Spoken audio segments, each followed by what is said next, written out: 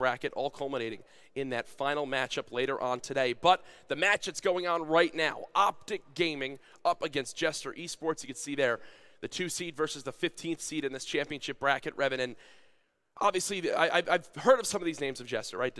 Demented really comes to mind, Chance as well. But this OpTic Gaming squad is the one that everyone's going to be looking out for. They are some of the fan favorites, obviously, but also possibly the tournament favorites to take this home this weekend. There's a look at their roster.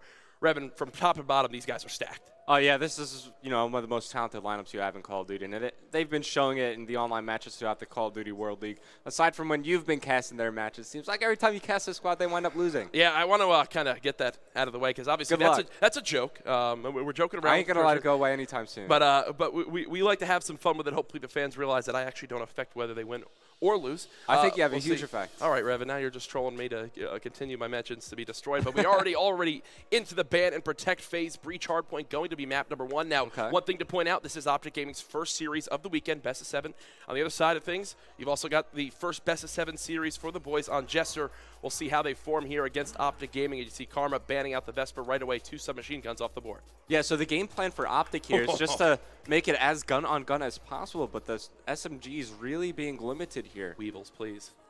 It honestly might come down to that. That's what we're looking at right now. Is a 3rd submachine gun is already off the board. Formal now, the one in charge of the ban and protect.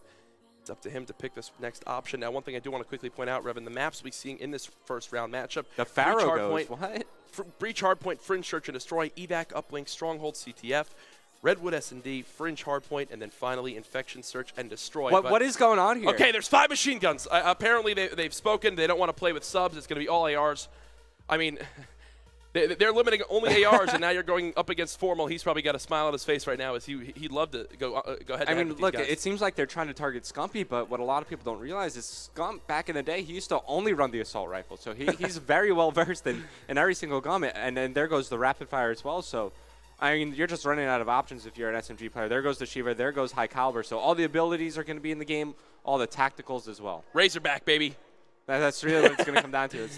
That'll be interesting to see kind of how they adjust in this one. Definitely one of the more different different to say the least. Yeah, and Heatwave is already grabbed by Karma. We've seen what he can do with that specialist. Active Camo, the first pick of Chance. Expect that to be a tool to help break into the hard point. I think the score streaks that Jester are going to run here are going to have a high impact on this game. We saw them use stuff like the Guardian and the Hardened Sentry guns throughout some of their open bracket matches. So if I'm on OpTic Gaming, you got to make sure you have some backup double EMP classes in case Jester find a way to acquire those streaks. Oh, definitely. And you see one of the big differences, the Purifier on Crim6, definitely going to be used as a tool to help hold down a hard point and break it. There's a look at the 2 squads. Saw both these teams here early in the venue getting warmed up. OpTic Gaming. Yeah, OpTic those players were some of the first ones in the venue this morning. I mean, not only were they here early, but they watched a game or two of the Liquid versus E6 match, then headed in to the booth, began to warm up. Jester, obviously, having to grind this weekend through the open bracket. They were playing just a few hours ago. Yeah, so that's one thing exactly to kind of point out is OpTic Gaming haven't had the opportunity to play yet this weekend, while Jester have had countless matches on a hot streak under their belt. We'll see if they can use that momentum here against OpTic Gaming. Now, Revan, you look at this championship bracket as we've broken it all down so far. Biggest surprises out of the open bracket for you? What are you most looking forward to seeing in the championship bracket today? To be honest, I wasn't really expecting DT to win against Elevate. I had a lot of this Elevate squad going into LAN, and DT kind of having some online struggles as of late, but a nice surprise for me to see there. Yeah. And, also, I'm excited to see this Jester squad play. I've been watching Nihil play for so many years now. The story behind him is like he always makes it to like the final stages of the open bracket, but never quite manages to find a way into the champ bracket. Here, we finally get to see him make it. He's done it, so now you got to see if he makes the most of the opportunity he now has. Shout out to everybody in the venue. It's an early Sunday morning. I have a feeling that this is going to be a fantastic day of Call of Duty. Excited for not only best of 7 action, but Search and Destroy action, because obviously in these best of 7s, Search and Destroy comes up 3 times. It's one of the things that helped propel H2K to their victory yesterday. We'll see how these teams handle it this weekend on Championship Sunday. Revan, I want your prediction for not this match, but for the weekend itself. Who winds up taking home that first place spot? I think in the finals, it's going to wind up coming down to OpTic versus Envy. Ooh, Envy, okay. And first seed versus second seed. I think OpTic takes it. All right. Well, they've been looking really good. So you're feeling confident in the green wall. You can see crowd excited for this matchup. Game number 1 of Championship Sunday is loading in.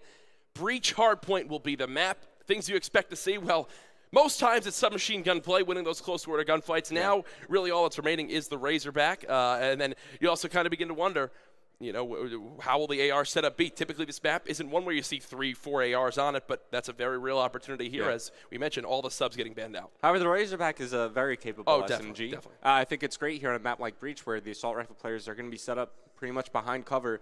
The Razorback, not much recoil on it, so you could definitely contest those AR players. Absolutely, Revan. We are loading into the game. OpTic Gaming versus Jester. Championship bracket round 1. And we're watching the man himself, Karma. Oh, gosh. Double nade, danger close. He's flooding on out. He's already got 2 hit markers on Flak Jacket players. Gets the mantle there. Formal and Crim6 strike the first 2 kills, and OpTic Gaming already off to a hot start. Yeah, you see Crim, he's got the Razorback in his hands. He's going to be Argus? the player inside the hard point. That is the Argus coming out of Nihil. Let's switch over to him and see what kind of damage he could do with this. He's also using trip mines and shock charges. Shock charge and trip mines as well. Demented inside the hard point. He tries to break in. He's got the dual-wield L-cars. Picks up the 2-piece on Karma and Scump, and already Jester have been able to break this hill. He's 4-2 off the start. Formal starting form to himself. And this is exactly why I wanted to see OpTic have some EMP classes.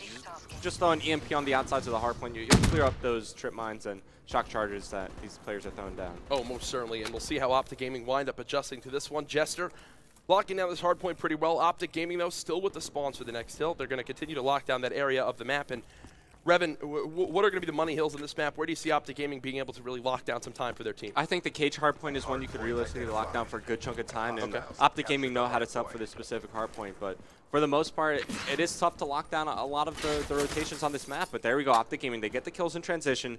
They got a setup going. You see where the Jester players are spawning, so it's going to be up to this guy in the back, Crim6. There's going to be some big kills for him to get. Well, unfortunately, he's not able to get one. The push now coming in from multiple angles. You still have Formal ready to go with that M8. Scump gets 2.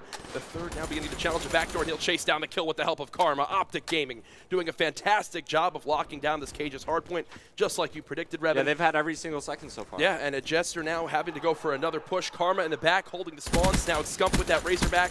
One of the more lethal submachine guns from range, proving it here as OpTic Gaming take a 20-second lead.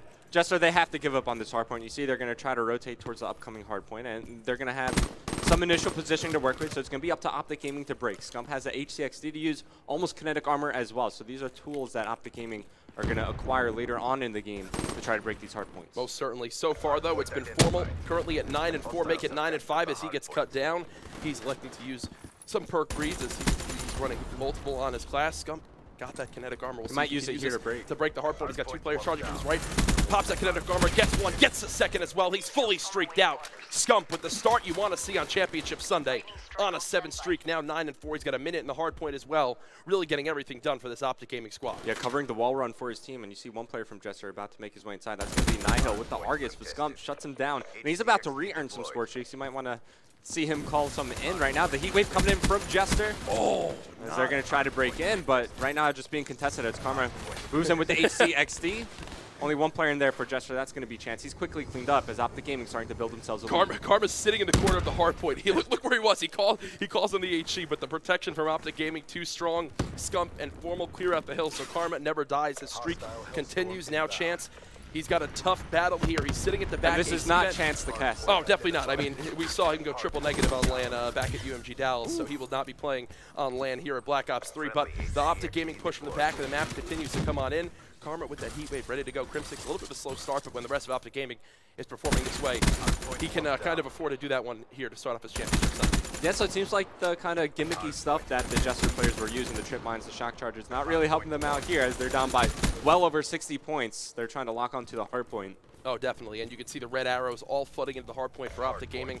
Demented going for one final push by himself in the back of the map. He's got the L-car ready, but you know what's a little bit better than an L-car, Revan? It's the Purifier, and Crim6 has one of those ready to go. OpTic Gaming realize, you know, I think he's pretty good at holding this one by himself. He charges out of the hill, but he's got a teammate that rotates back in. OpTic Gaming showing their superior teamwork at the moment as we head to the last hill in the first rotation. They've completely blown open the floodgates here, up by 90 seconds and growing. Yeah, Karma trying to lock down the spawns for his team in this upcoming hardpoint as we're moving over to the lab. It's going to be Crim. He's going to be able to take down Nihil, and that's exactly what you want to do when you're late on rotation. You play for spawns, get into the hardpoint second. OpTic Gaming do it perfectly right there. It's now the action going down inside the hardpoint. Crim just going to back up, juggles the hardpoint, pushes in the back, makes sure they maintain control of the back. Kinetic armor being used here by Nihil. as him and Johnny are trying to control the hard point for his team. Well, looks like Johnny thinks this is the best time to pull the scythe out. How long can they lock down this hard point? They know these are 35 crucial seconds to get one player flanking in. That's Scump, I believe, with the kinetic armor, but he's just going to wait it out, try to get the help of his teammates. The scythe comes flying in. Scump can't pick up the kill, but the trade does come in from Formal. Great job by OpTic Gaming to take down that specialist. They've regained control of the hard point. Karma falls off the map accidentally, but thankfully for him, he spawns right behind his team. OpTic Gaming continuing to run away with this one as, Revan, if you're this Jester squad, what do you try to change up for this second set of rotations to try to bring yourself back? I mean, for the most part, they've been to the new hard point much earlier than OpTic Gaming, because OpTic have just been able to, once they get control of a hard point, they lock it down for the rest of the time.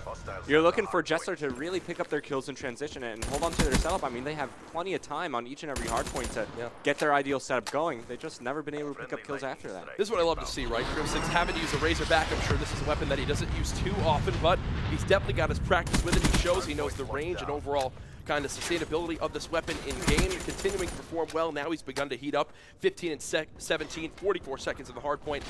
He's got his teammates protecting around him, and there's a beautiful headshot to earn himself the HC. Look at him spinning around, putting shots down. That clip size to Razorback pretty darn good with the slower rate of fire. And I mean, right now, this is the hill that Jester really kind of did their best on in the first set of rotations, Revan. But right now, they're just getting slaughtered. Well, they're doing really well on the back of this guy. It was Nihil. He had the Argus as well as the dual L cars, but they're going to go ahead and put away some. They're going to actually, he's using overkill here. So he's using a Razorback overkill with the Argus. Misses the shot there, and Krim makes him pay for it.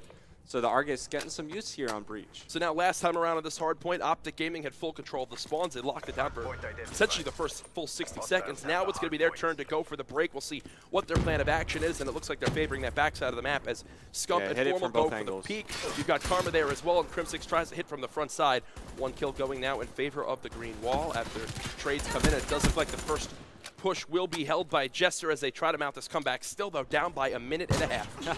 Still using this overkill Argus. Not going to be able to pick up the kill there as OpTic Gaming. They're going to fight for spawns once again. Remaining 2 players for Jester inside the hardpoint, and here comes a Purify from Crimsix.